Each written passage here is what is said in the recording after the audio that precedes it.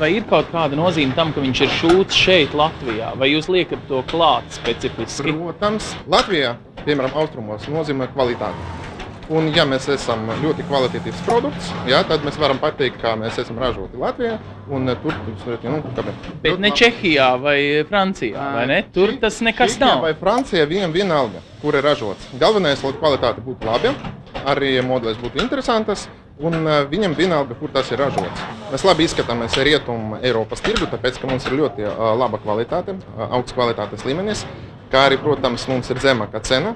Un mūsu dizains, apģērba dizains, ir daudzreiz krasaināks un interesantāks. Tātad pieprasītāks tieši dēļ tā, ka jūs esat uzminējuši tā Rietuma Eiropas cilvēka gaumi.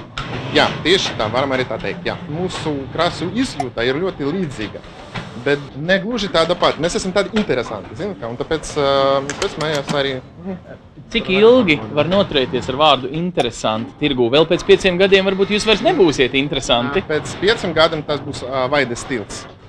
Tas būs brands, kuru pazīs arī Čehijā un pirks. Tieši tāpēc es domāju, ka mums ir nākotne. Eiropas Savienības naudu jūs likāt tieši šajā brenda attīstīšanā? Jā. Kāpēc tas bija tik svarīgi? Tad sanāk, ka tas ir tik dārgi, ja jūs ņēmāt Eiropas naudu, lai to attīstītu.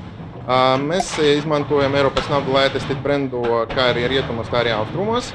Protams, mēs izmantojam priekšstādēm. Mēs izmantojam Eiropas naudu, lai iegūtu tādu pazīstamību. Sanāk, jūs iekarojat tās valstis, kuras diktē modu pasaulē. Jā, zinu, ka mums vienkārši jābūt tur, lai būtu labi pazīstami. Un tad veiksies arī citur. Jā.